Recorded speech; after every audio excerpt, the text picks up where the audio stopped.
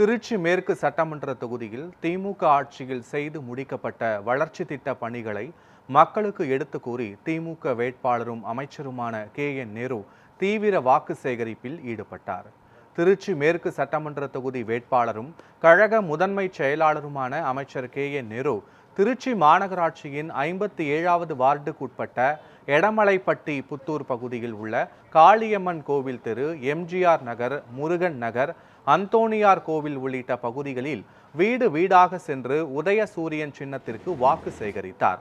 அப்போது பொதுமக்கள் அவருக்கு மாலை அணிவித்தும் ஆரத்தி எடுத்தும் உற்சாக வரவேற்பு அளித்தனர். அப்போது பேசிய KN நேரு, திமுக ஆட்சியில் திருச்சி மேற்கு தொகுதியில் 2000 கோடி ரூபாய் மதிப்பீட்டிலான திட்டங்கள் செயல்படுத்தப்பட்டுள்ளதாக தெரிவித்தார். இந்த நிகழ்வின் போது மாநகர செயலாளர் மேயர் அன்பழகன், மாவட்ட துணை செயலாளர் முத்துச்செல்வம், முன்னாள் சட்டமன்ற உறுப்பினர் அன்பில் பெரியசாமி மற்றும் கட்சி நிர்வாகிகள், கூட்டணி கட்சி தொண்டர்கள் கலந்து கொண்டனர். உங்கள் பகுதியிலே தில்லை நகரை காட்டிலும் திருச்சியில முக்கிய பகுதி பெரிய கடவீதி, சின்ன கடவீதியை தாண்டிலும் இப்போது புதூர் பகுதி என்பது மிக சிறப்பான ஒரு பகுதியாக கழகாட்சியிலே வளர்ந்திருக்கிறது.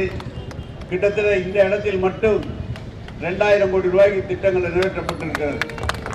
நான் முதல்ல இந்த பகுதியில் பற்றை தெருவிலும் MGR நகரிலும் செய்த போது அந்த சாலைகள் எப்படி இருந்தது, இப்போது எல்லா சாலைகளும் சிமெண்ட் சாலைகளாக மாற்றப்பட்டிருக்கிறது.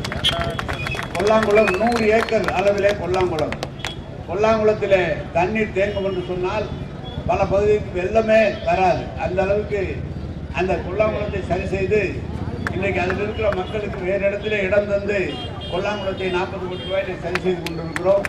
இங்கிருந்து நேராக கருமண்டம் செல்வதற்கு பாதை.